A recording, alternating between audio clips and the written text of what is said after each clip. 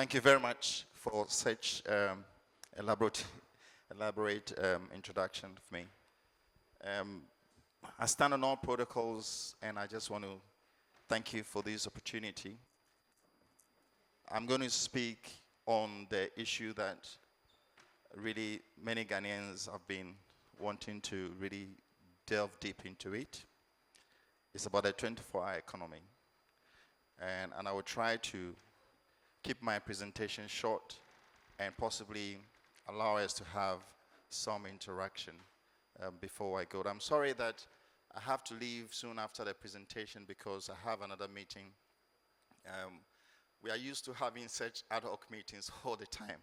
So please pardon me. I would have wished to actually stay longer to have some personal interactions with most of you, but I believe that there will be an opportunity to do that.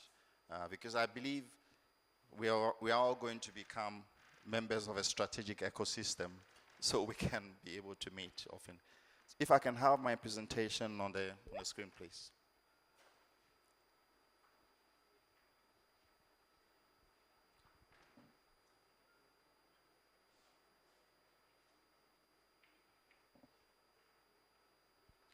Please, can I have my presentation on the screen, or I could just talk through it?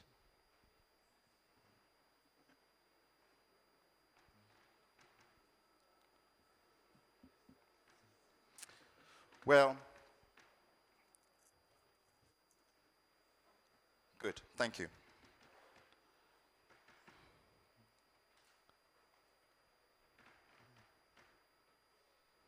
Right, so the 24-hour economy, I remember that when we had an opportunity to share with you about the vision of the 24-hour economy, we encapture it around shifting jobs 133 slogan and the night economy. And most of you remember that. But actually the 24-hour economy is much more than that. My first slide is really to give you what actually inspired us to develop the 24-hour economy in a way that we have found out and launched it. As I said, when you see country that is actually booming with its products moving into other countries, crossing borders, a country that is highly productive, with the major players in the market having contracts to export their products across other countries, internationally and regionally, then there's a possibility that that country will never sleep because the jobs have to continue to go. And so our slogan of 133 and a night shift during the campaign was really to shift our imagination to the future that we want to push Ghana towards. A country that is highly productive, where its goods and services are locally produced but regionally felt in other countries, where its goods and services are across borders beyond regions to international markets, and a country where the industry is run by its own citizens who have the skills, the talents, the imagination and creative ability to do it. A country where people like you actually are the helm of affairs, running and owning the economy. So that was a vision that we tried to capture, and we say, really, 24-hour economy, we don't sleep, we are working hard, we are producing for the country. Now, in order for us to really ensure that we can capture the vision, our logo is in this way. The top part of the logo, which represents probably 2/3, we wanted to, let's say 1/3 of the country, is colored in yellow, which represent gold. How many of you know that the gold deposit in the northern part of our country is more than 2/3 of what have been exploited for the country in the last 60 years? So we still have a huge deposit of gold in the northern region. At the same time, when you have such huge deposit of gold, did I just shock you? So, all right, so recently a new gold mine has opened up in the northern region. And so you probably have to make a visit and go and talk to them. But when you have gold, Then there are other ferrous metals that you are going to have over there. And I believe that there's going to be more strategic metals that we're going to discover, which are in the north, which we haven't discovered. And I am very convinced that most of those strategic metals that we will see in the northern region, they are going to be the strategic metals that are going to drive the digital economy in the next 20, 30 years of the world.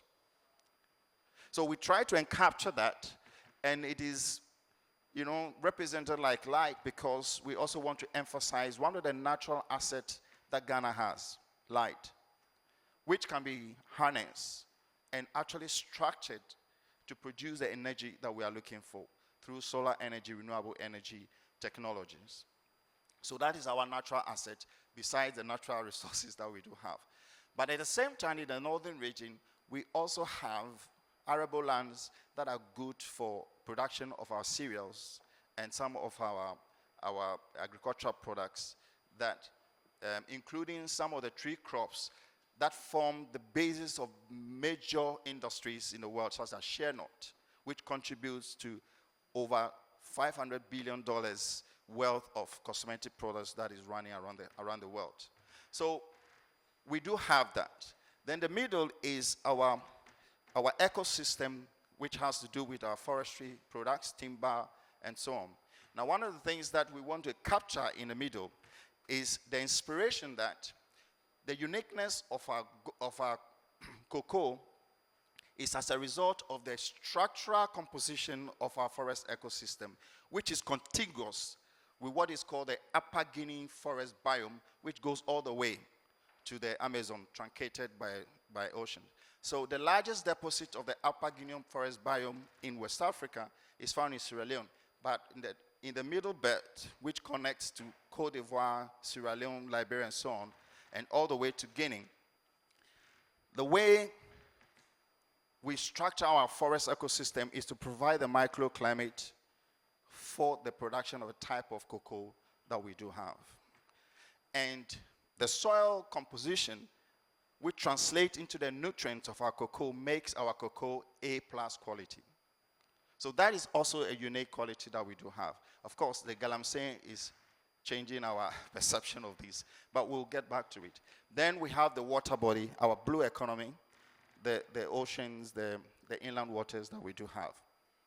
So when you look at all this together, we then ask ourselves, why is it that we have not been able to maximize these unique assets that we do have as a country?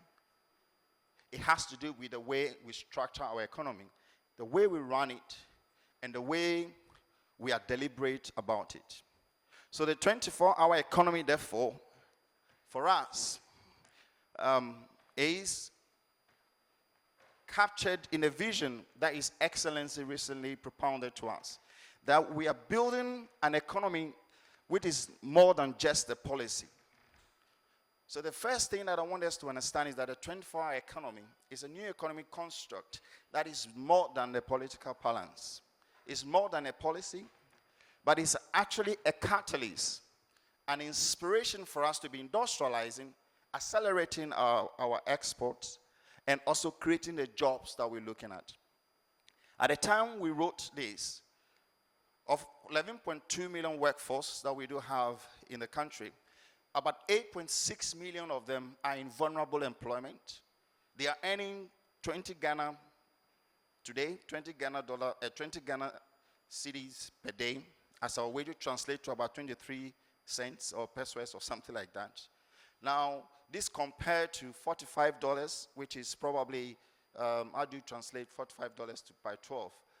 We're talking, over 500 Ghana cedis per day in these other countries. All right, so we are not even earning enough. So we have to address the issue of jobs and make sure that the economy that we are growing is also an economy that works for everyone. It's very inclusive, so that whether you can read nor write in any local language, as long as you have the skills, the talent, and the capacity, you should be able to create value and earn in that economy. So we are talking about an economy where we will not define people by literacy, but people will be defined by the creativity and the asset they create to the job market that enables them to earn something. And it has to work for all of us every hour of the day.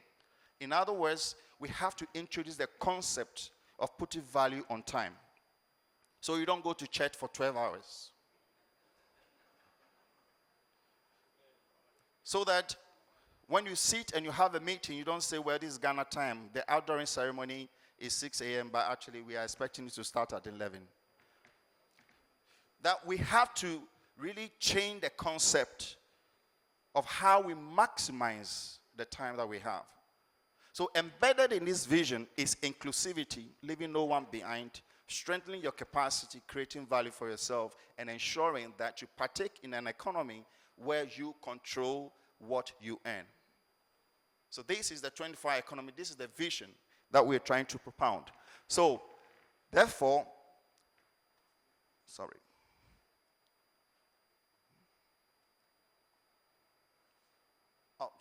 Therefore, we say something that 24-hour economy that we are trying to build is a destination. In other words, today we are laying the foundation and hurriedly putting on a foundation and moving. We are not piloting, as you will know in project management. We are actually scaling up aggressively, even as we start small. So it is a concept of arriving at a destination, taking the most strategic route. And therefore, the 24-hour economic for us is both a program and a destination. It's a program in the sense that we have to undertake certain action now, wrapped it around the program concept, right? You define your activities, you define your KPIs, you define your M&E system, and walk through all of that. But we are actually doing this using the program management strategy as a tool to arrive at a destination where we have a very highly productive, robust manufacturing economy, industrializing, accelerating the export, creating decent job with living wages. So that is what we were trying to do. And therefore, our theory of change, the pathway to get that, is to look at 3 pillars that we believe would enable us to get there. The first pillar is transforming the way we produce, production transformation. In other words, if you want to produce in an economy where you're going to industrialize, then you have to think about the markets in which you are producing to. And also, we have to make sure that the markets in which we are producing towards should not denigrate the local market that we do have. Because Ghanaians also deserve to have, we deserve to really enjoy very high quality product. So we have to look at our production transformation, starting from the seed selection, your land that you're going to till, the skills that you're going to use, the technology that you need to bring about, the R&D system, and everything that you have to harness in order to ensure their production is both quality and quantity, can meet the needs of Ghanaians, can also have surplus for industry to add value to, and therefore to export. So production transformation. The second pillar is how we ensure that we maintain the integrity of the products that we emerged out of our production system. To the extent that if you grow 100 tubers of yam, how do you ensure that you maintain the integrity of the quality of the 100 tubers of yam to the market faster, in quality, and with price competitiveness so that Ghanaians will benefit, but also others can also tap into it because you can cross borders with it. So supply chain market efficiency. Deal with your supply chain market efficiency. This includes addressing the issue of connectivity to market, transportation, the issues of warehousing to avoid post-harvest losses, using cold chain, building silos, warehousing, and so on and so forth. Ensuring that there's efficiency in your supply chain to the market.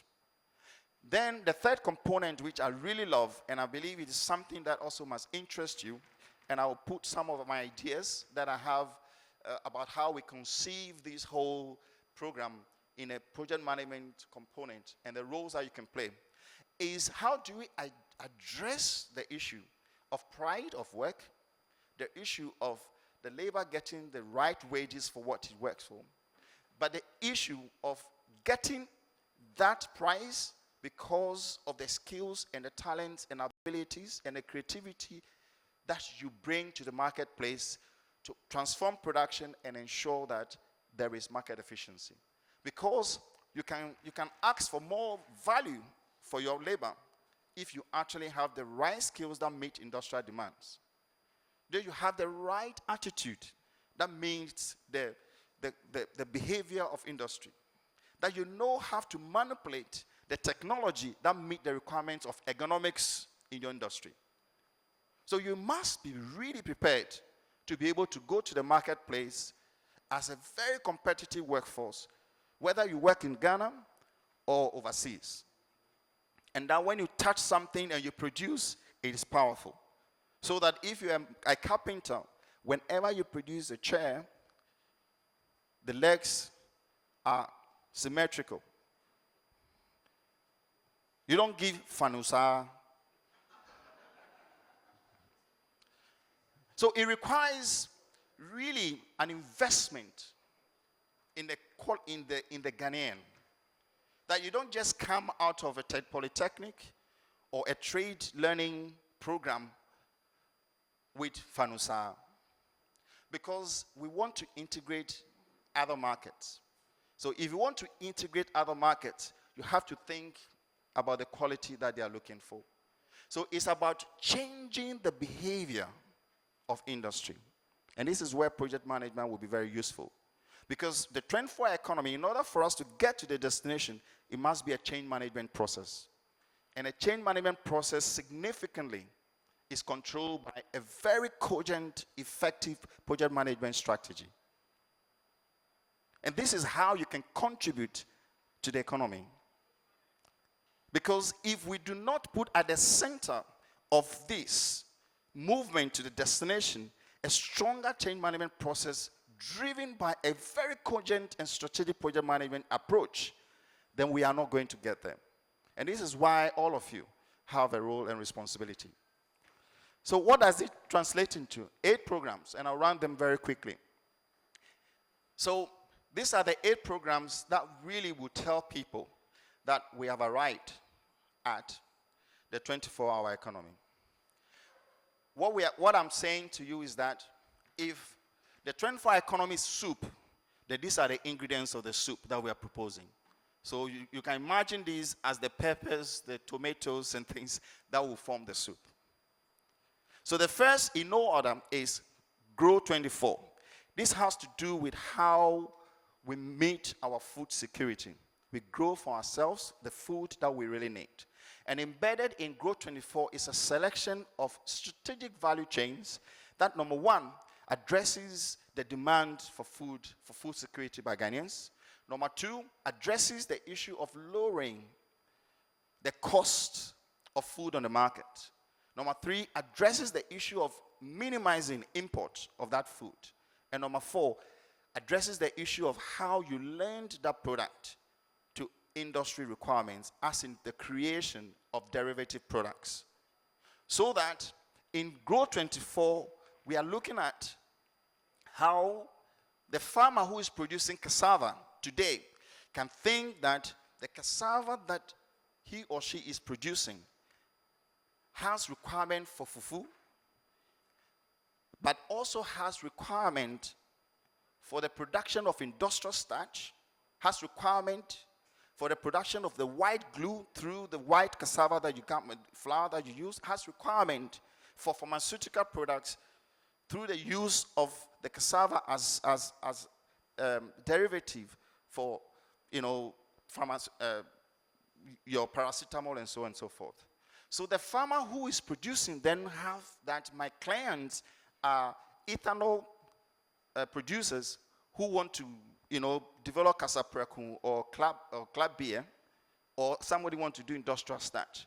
That how do you get the cassava farmer, the farmer in wherever you find Bodrasil zone, really having this thinking of the derivative strategic value chains that are coming out of it. And the idea is that by the time you go through the value chain, you would have been able to create different jobs. You will see the variety of skills that are coming out. And so out of cassava, you can see you can create 1,000 jobs.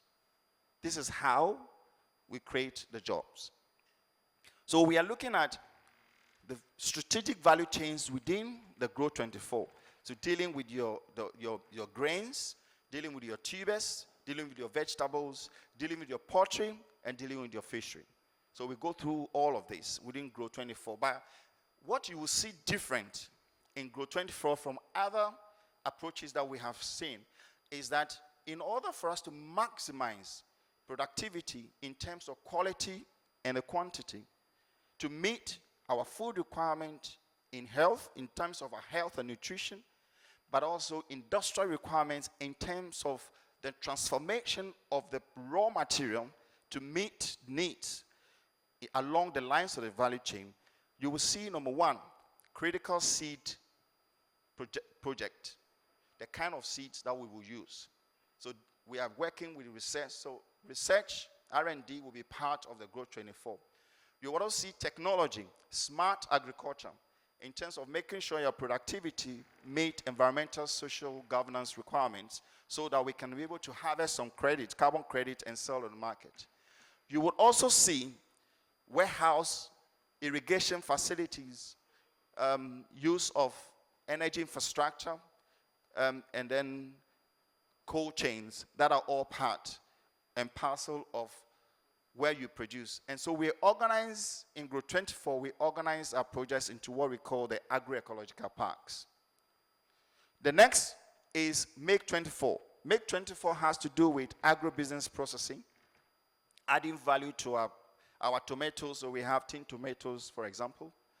So as having agri-processing, having pharmaceutical, we have pharmaceutical manufacturing, light manufacturing of textiles and garments, and then fabrication of machinery that industry will need to be able to do the manufacturing. All right, so Make 24 has to do with that. Then Build 24 has to do with how we transform our construction by focusing on local materials that enable us to have price competitiveness in terms of our building, but also getting Ghanaians to actually build our roads and our bridges and our houses again. Today, if you are building a house, all of you know, any of you who's built a house know that your plumber is probably coming from Togo, your tiler is coming from Togo. You're able to inculcate the skills that people need to transform their business. Then Go 24 has to do with how we mainstream all of this through government, through individuals, and bringing the Pan-Africanism, the patriotism, and Ghanaians will carry the 24-hour on their shoulders for Made in Ghana goods. Critical to that is Made in Ghana Mall that we will see.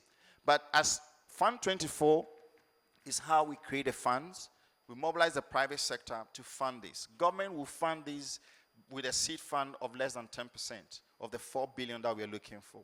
We're already talking with people, and I want you to understand that there is a lot of money here. There are a lot of fund managers. We put together 120 of them in a room where we had a conversation, and they told us our ambition of $4 billion is small because out of Ghana, they trade over $100 billion of funds.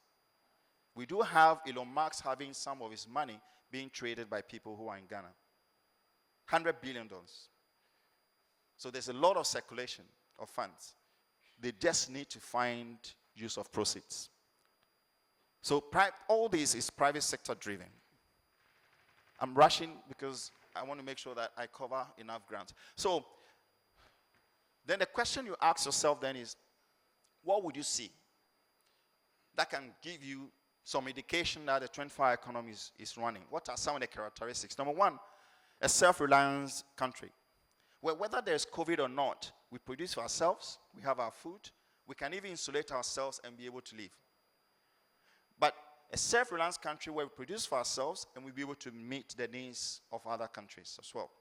You also have a country where there is a serious integrated value chains for all our raw materials. Now, we are not operating an economy which we inherited from the colonial masters, where we take our gold and we sell it in raw material form. Our cocoa, we sell it in raw material form. And our crude oil, of course, is crude. We sell it in raw material form. But we actually add value to our products and be able to, within the supply chain, create the value that we bring to the market. A country where we maximize all the factors of production. And intentionally, as I showed you our logo, making sure that even our insulation, the light energy coming from the north, is used to produce 100 megawatts, 200 megawatts of electricity to deal with our domes of problems. Where we maximize all factors of production. That the shea butter is actually processed in ways that is creating $10 billion a year into us. That everything is maximized. A country where you have, within the first 6 months of graduating from any trade, you have a job. A country where you are creating the jobs, and we are even in short of jobs.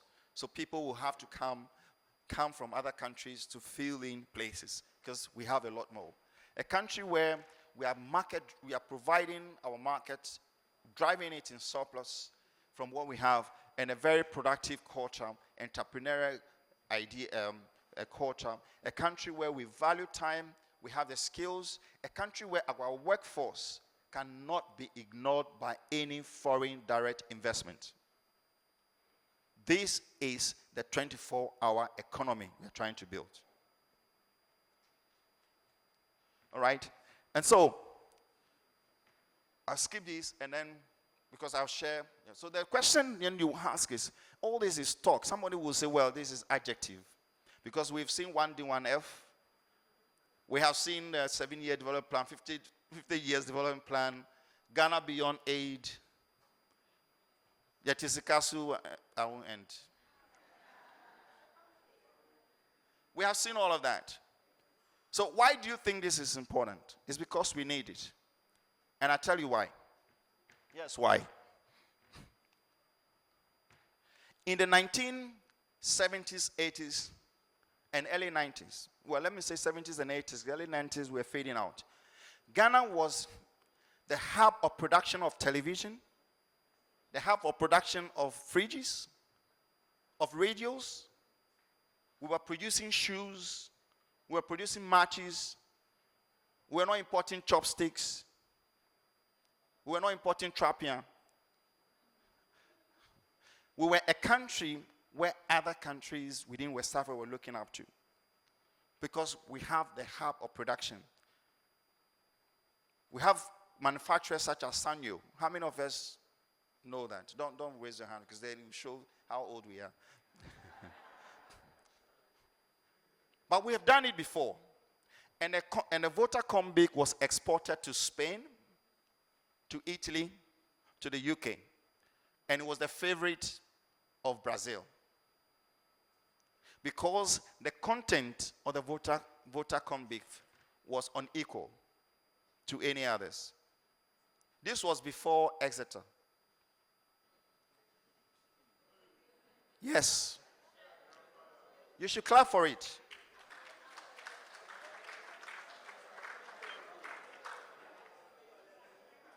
So we had a meat factory in the north that is producing top quality corned beef. So we have done it before. The second reason is if you look here, look at the green color, which was in the 1996. More than a third of our economy was driven by manufacturing because we inherited all of this. All right? More than one, it was driven by manufacturing. But as you can see, progressively, by the time we get to 2024, we have lost our manufacturing essence. So manufacturing has gone down. Therefore, if manufacturing goes down, you are creating jobs somewhere else. So it was actually a facade for us to think that we can address our job issues. We could not create any jobs because your manufacturing is not there. And as project managers, you know that politicians were fooling us to think that we can actually create jobs Because the structure of our economy was not based on manufacturing. The structure of our economy was based on this: import. We're importing everything that we depend on. And our second largest imports, $350 million per year, was Yemuadia. So in 10 years, we have imported $3.5 billion of Yemuadia. The stomachs and gallbladders of animals. And well, let's do a little fufu economics. If you go to your chop bar today, now remember, the average wage is 20 Ghana per day. If you go to your chop bar, you need to work 2 days, full time. You don't give your spouse any of the money to be able to have a bowl of fufu. Because you need an average of 40 Ghana for a bowl of fufu. So you work 16 hours.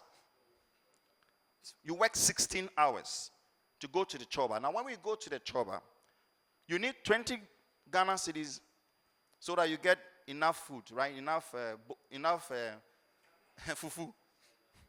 Then you are left with 20 Ghana, which cannot buy fish, cannot buy the meat. So what do you buy? Yemuadia. So that's the economics of our chobas. To the extent that our chobas now are into our international economics. And why is this statement very, very important and should be concerning to you? It's because when you look at your GDP today of 80 billion per year, which I'll show the data for, 80% of your GDP is controlled by 3 countries: China, India, and Turkey. Now, if you doubt it, please, where's the source of your shoe? Who produced it? Which country? Which country produced your t-shirt? Which country produced the chairs you are sitting on? Which did this? This is Turkey. I mean, Thailand, you know. So China, Turkey, and India, they control 80% of your economy, which is based largely of imports. I'm breaking down because you are intellectuals and you are project managers, practitioners, and so you would really appreciate the structure of the economy that you are dealing with, which is why we have to unseat it. Now, India and Turkey, they are heavy eaters of meat. They don't eat yemuadia. So since you love yemuadia, what do? You bring it to this country. So these 3 countries are also forcing us to change our eating behaviors. Now, poultry is $450 million per year, and most of them are dump products between 5 to 10-year-olds, infested with a lot of chemicals. And this is why, when you look at the cartography of the medical conditions of this nation, you are seeing a lot of hypertension, you are seeing a lot of prostrate, and the outcome, the KPI, is what a shock.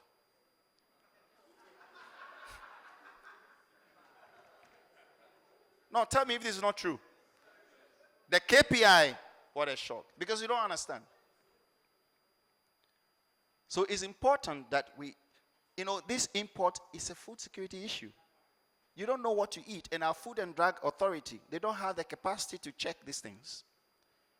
So we are living in a crisis situation. This is why the 24-hour economy is important. That you own your production. You own the source of your production. You own the quality of your production so you can eat your own food. And if we import $2.5 billion of basic food every year, it means the market is there. So if the market is there, why can't we control the market ourselves? We have the land. We have the people. And you see, one of the things that is also very important why we need to do this is that if we look on the left, this is in 1986, our GDP was about $10.8 billion, which was mainly gold, timber, and cocoa. All right? As we get oil in the 90s, we'll see that GDP ballooned and moved to 80 billion.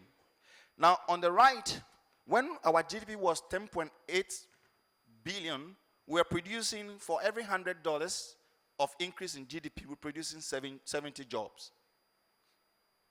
But as we have become 80 billion, for every $100 of increase in GDP growth, we are producing less than 2 jobs. So we were fooled to believe we can produce jobs,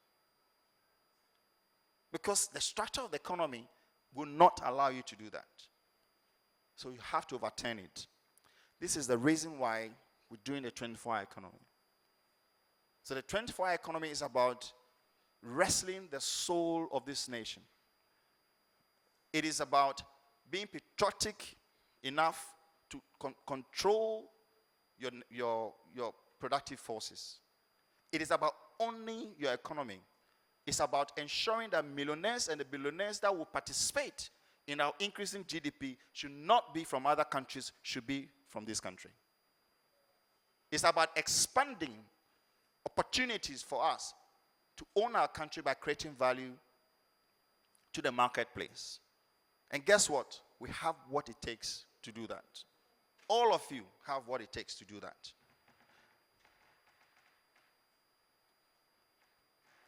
And I'll just end by going through this. Going through some strategic processes, some strategic programs. So, one of the things that we want to do, therefore, is to have certain iconic projects that would become the landmarks of this 24-hour economy. All right? And we are choosing these projects to go through the 8 programs that we talked about to address the integrated value chain concept, to expand opportunity for Ghanaians to own that through the funding of this by participating either in equity funds or debt or blend financing, or actually creating jobs for yourself where we will be able to find the value, find the cheap financing for you to have. Because critical to this project is establishing a cheap finance which is less than 10% interest rate, called the SME financing. We're working with the Development Bank of Ghana for it. And we're ensuring that you can obtain this financing without collateral, giving you a moratorium to build your equity, creating a patient capital, and supporting you to be able to manage these funds and pay back. This is something you will never find anywhere. And we are going to do that, and it is in the way. As we speak, we are signing a contract for the funds to be released, and it is a concessional loan that we have negotiated with international financial institutions to create that. And this is held with the Bank of Ghana's sandbox. And so it is, it is distributed through rural banks or PFIs like Upside and so on. It's an innovative finance product, very distinguished and created for the purposes of building entrepreneurs and growing our SMEs to become the captains of our industry. So we've looked at bankable projects that we've created. We are solving infrastructure. We're getting investors friendliness. We're creating a regional market, and we're building structured market opportunities for anyone. Any of you sitting here, you have consultants, you have project managers, or you have investors. We are doing all these things and giving you this type of projects. The first one is the Volta Economic Corridor, where we're going to create, along the Volta Lake, we're going to create agroecological parks where we use the tributaries of the Volta Lake for irrigation, the floodplains for the agroecological parks, for the production of the grains, the tubers, the vegetables, and all that we're looking at. And using the Volta Lake as the transport corridor for movement of goods and services, working with Ministry of Roads to just create feeder roads, to just allow these things to be moving on.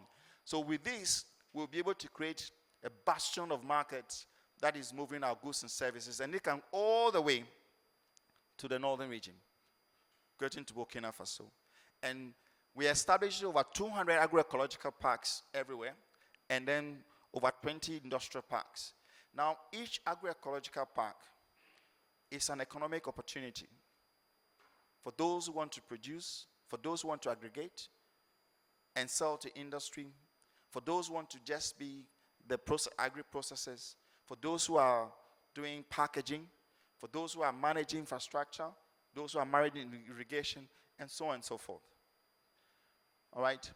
And we want to integrate this within the Sahel region. In other words, we are positioning ourselves to be the bastion of production for the Sahel countries. And really making sure that we can tap into over 120 million people that we can feed. So, in other words, we are positioning Ghanaian producers, processors, end users of agricultural products across the value chain to be the ones that can control the captains, will be the captains of industry in West Africa. The second project is how we bring in value to landowners. In the past, this will be government taking the land to do something. No. We're building a land trust model where you can bring your land in as an equity for the production. So when the value is created, there is a shared benefit that you can have. So that if you're an investor, you want to come in, you don't think about land. And because it's a land trust, the landowners own it. And we're going to create billions and billions of industry value, so you own it. So this is how we're going to lift our people out of poverty, and we're creating many millionaires and billionaires of this nation. The second project is Legon Pharmaceutical Innovation Park. We realize that only 3% of our pharmaceutical products are produced here that we depend on. We import 97%. But yet, we can produce the generics. Our manufacturers have the ability to produce the generics here. They will need policy, they will need regulation, but they will need injection of capital to bring in the machines, the technology to do this. So we are doing that with Legon. At Legon it's an innovation park partnering with Legon University, but bringing all other universities that are going to do that, but bringing in a private sector individual who will be at the center of driving production of generics, antiretroviral drugs, vaccines, and so on, not just for Ghana, but for West Africa. Now, the market for pharmaceutical products is $20.7 billion a year. I just want Ghana to take 10%.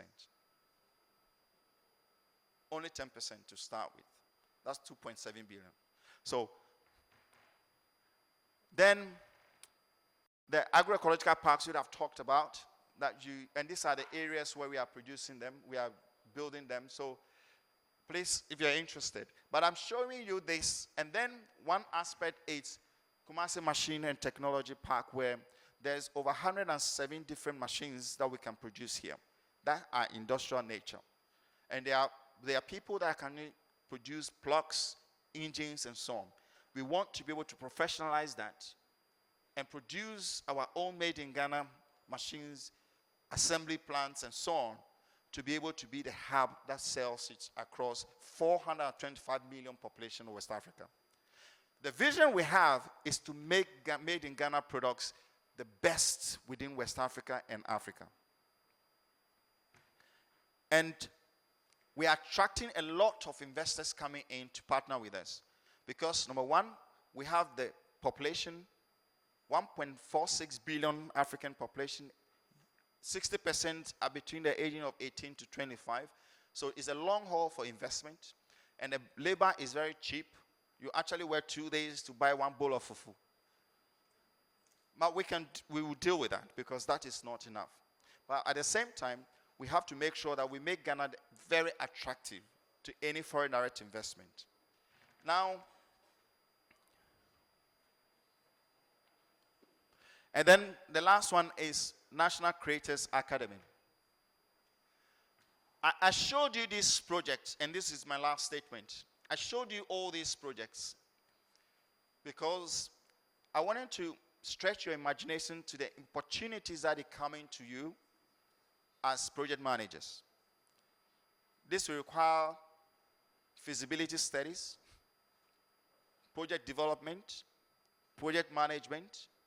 So there's a great deal of consultancy services, a great deal of services for businesses that want to own industrial parks, a great deal of services for the industrial players themselves, the producers, working with them to mainstream high quality technology in their productions, and so on and so forth. So this provides great opportunities for all of you.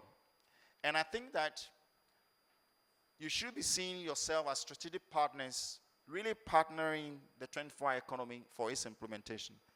We cannot implement this without the unique skills, talents, and abilities that you have and the vision that you have as strategic project managers who are seated here. From conceptualization to project initiation to project development, implementation, monitoring, action learning, all the way to the end. So the whole life cycle of production, the whole life cycle of implementation of 24-hour economy will hinge on your capacity and abilities.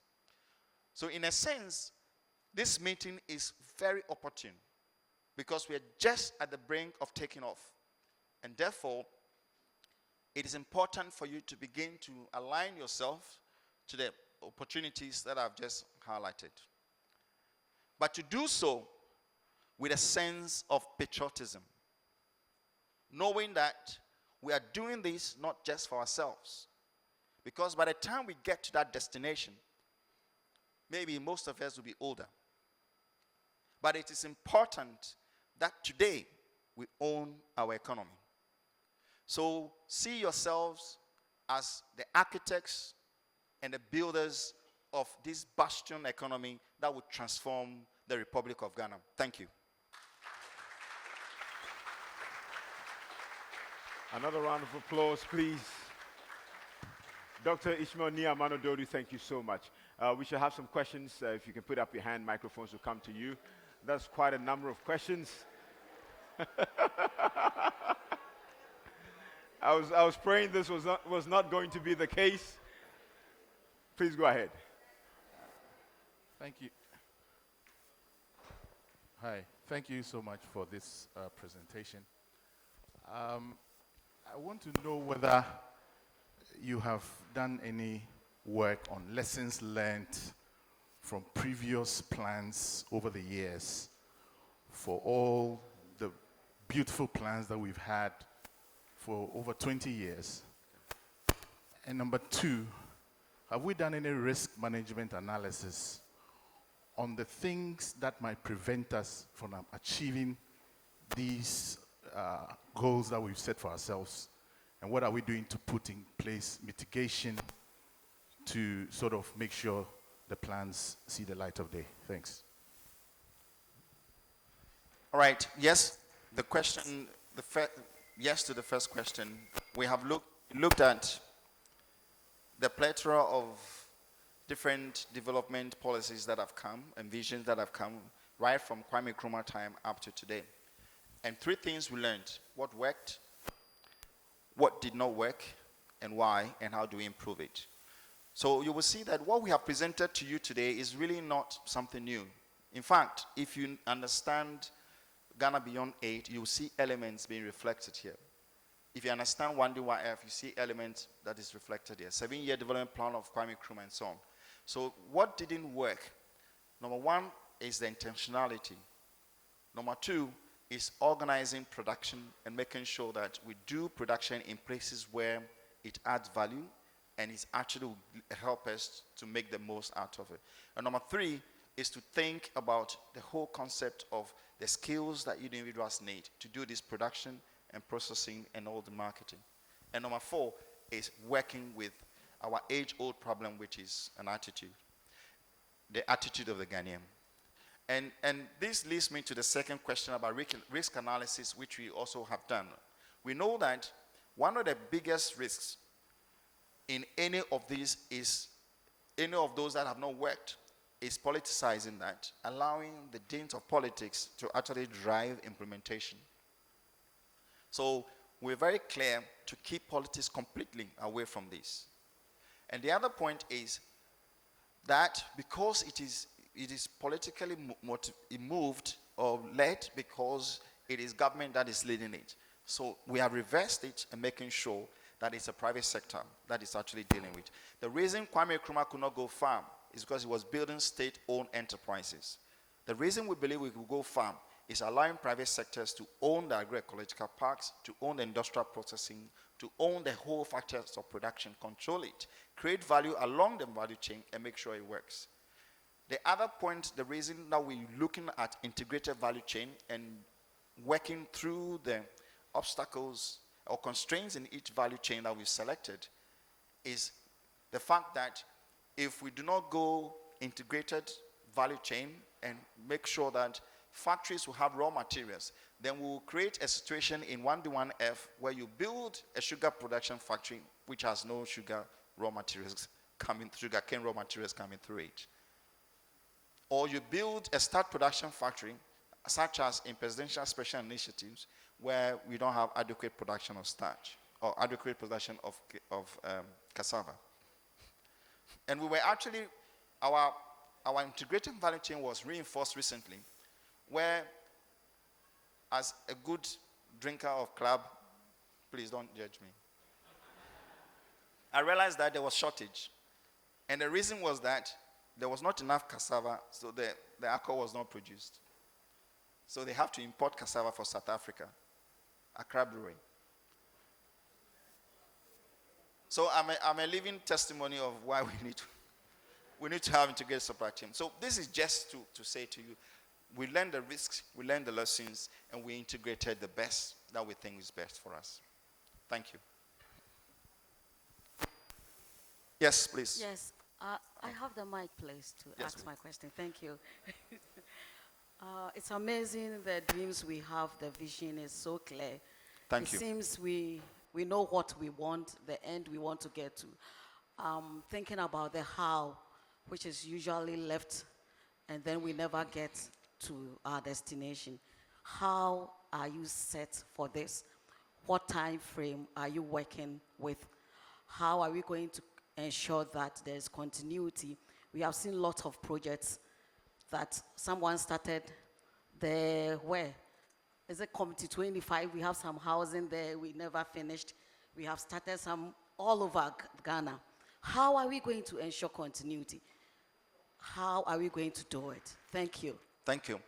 So, to answer the question directly, our implementation strategy is set out in such a way that within 18 months, we should begin to see the manifestation of some of these products that we have, ideas that we've talked about in terms of the agroecological parks moving.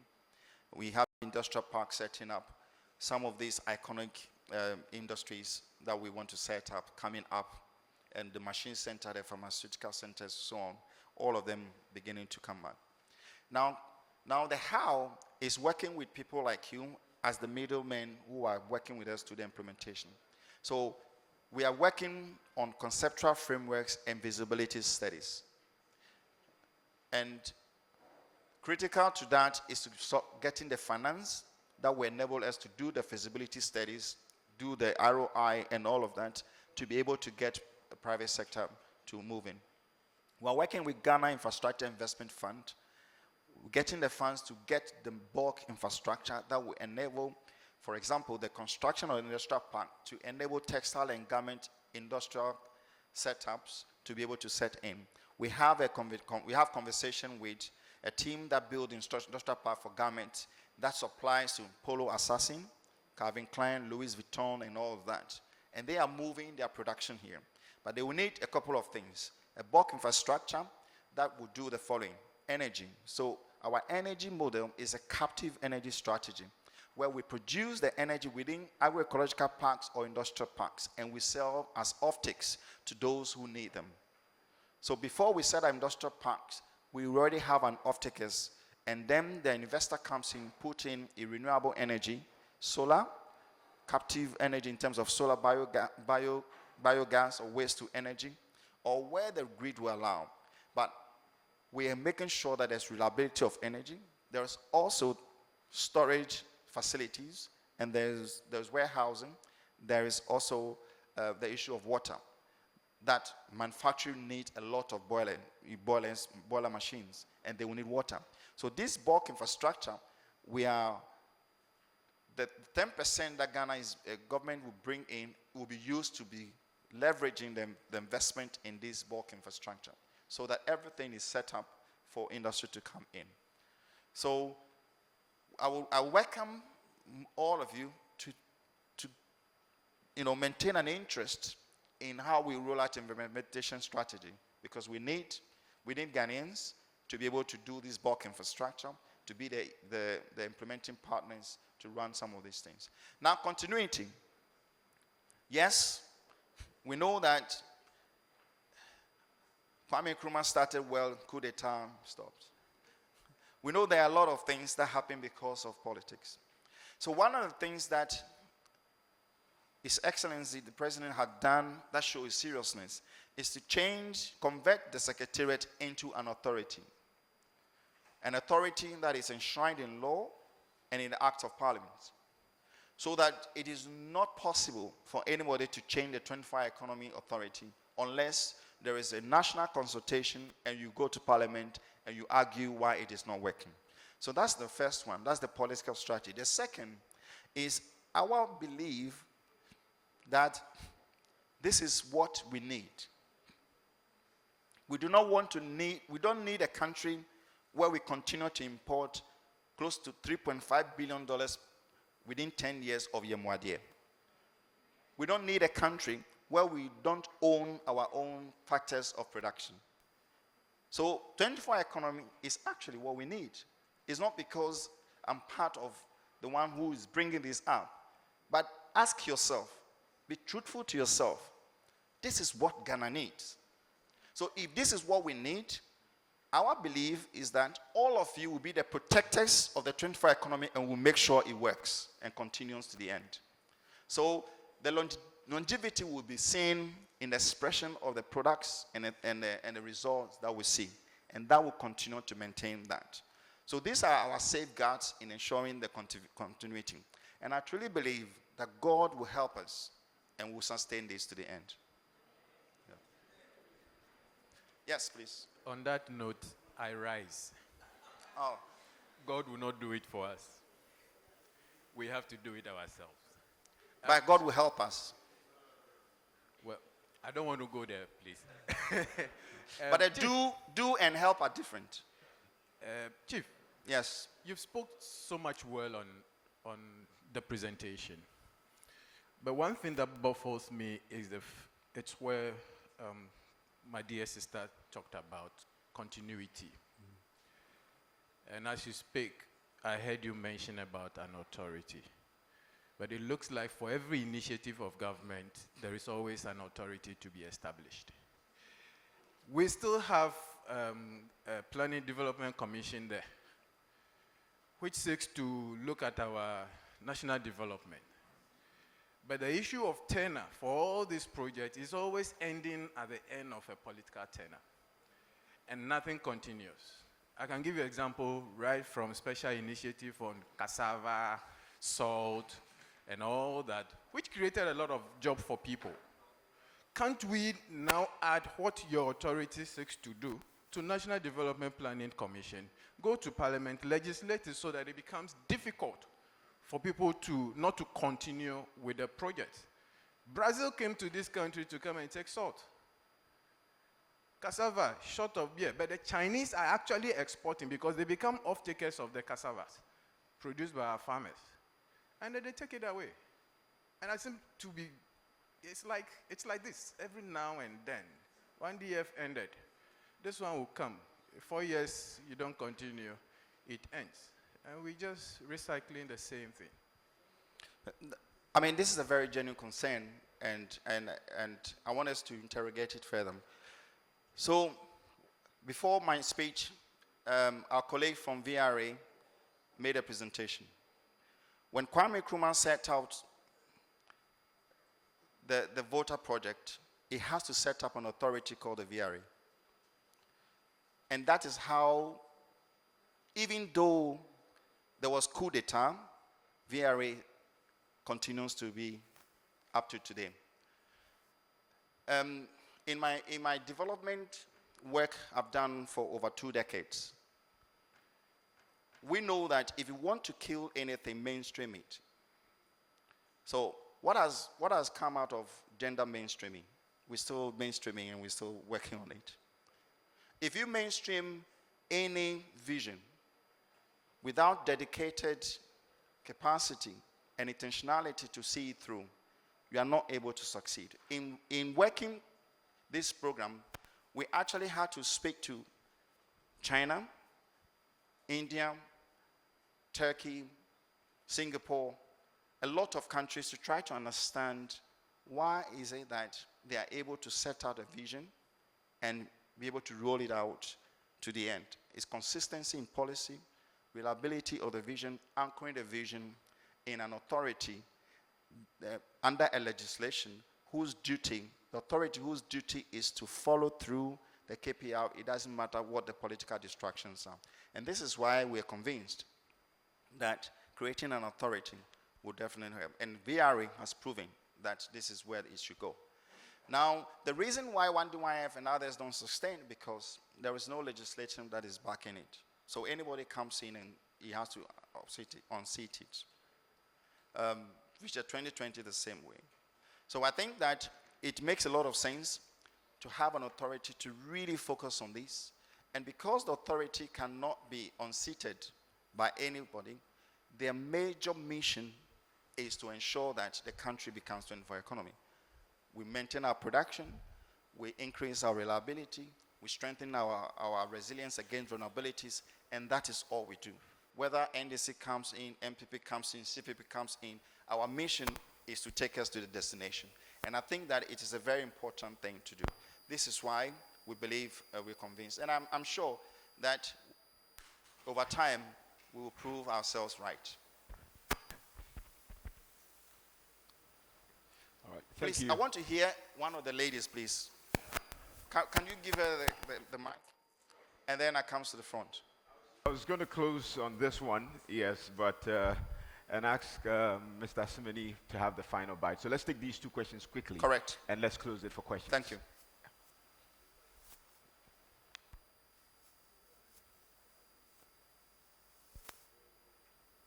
Can you make the mic 24 economy, please?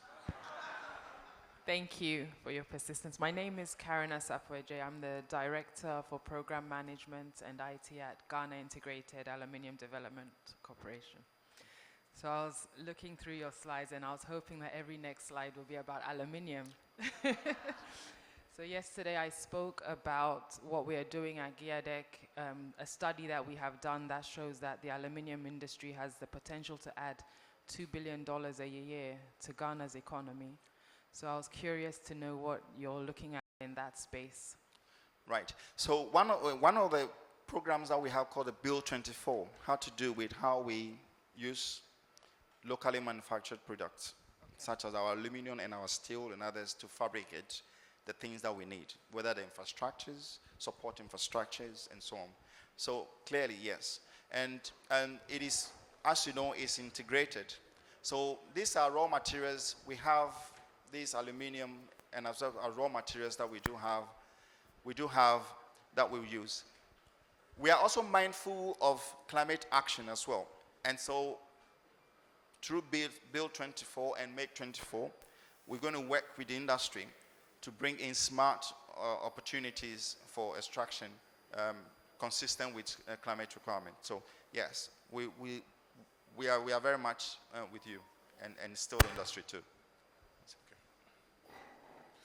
Hi, my name is George Asmeni. I'm Managing Director for Project Management Institute, PMI, Sub-Saharan Africa. So I think your presentation is incredibly timely. For me, very moving, it's very powerful.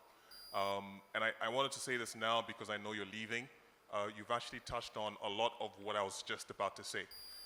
But specifically, the reason I think the timing is incredible is because I've just come back from China a few weeks ago. myself and several of our regional customers. So some government officials from various countries around Africa, some business leaders. I took them to China. The reason I did that was because China has been a partner of PMI since 2002. Specifically the state-owned enterprise called CITEF. I'm not sure if you engaged them when you were doing your research with China, but this is a state-owned enterprise responsible for educating Chinese or upskilling Chinese on the specific skills necessary for China's growth. Long story short, in the 1 week that we were there, the thing that stood out to me most was a comment made by CITEF during the presentation. They have said, there's statistical evidence that since 2002 up until now, the increase in the number of project managers that they certify is directly proportionate to the growth of their economy. They have intentionally built in project management across their entire economy because they know that that is what addresses the how, the question that was asked. Yes. And this is exactly what I was just about to present after you. But I wanted to say it because you're leaving. So I think this meeting is timely. You're at the right place at the right time. We've got a whole bunch of project managers in the room. So let's make sure that we move forward together because I think this is a phenomenal opportunity if we can do it right. Thank you very much. Thank you very much. And he actually, thank you for wrapping up very nicely for me. And I think we are all aligned because we also clap our hands. And the issue is this. We believe the 25 Economy Secretariat, or the authority, believes that all of you are going to be the strategic partners that we can work with. Our program, Aspire 24, was an inspiration drawn from the Chinese on how to do this. And also from Singapore with the mindset that Yong Gicho also brought. So this is what we wanted to do. We want to make sure that we apply best practices where it is. We don't know everything. So your feedback is completely important. And we want us to please continue to engage. Our principle of rolling this out is not make baby steps, make big leaps, but make mistakes and do corrective action and move very quickly. So please, you are very much strategic partners with us, and we want us to continue this engagement and make it happen. Thank you very much. It's not everywhere you go that you are received. I was very much received very well here. So I really want to thank you, and God bless you. A huge round of applause, please. Dr. Dodu.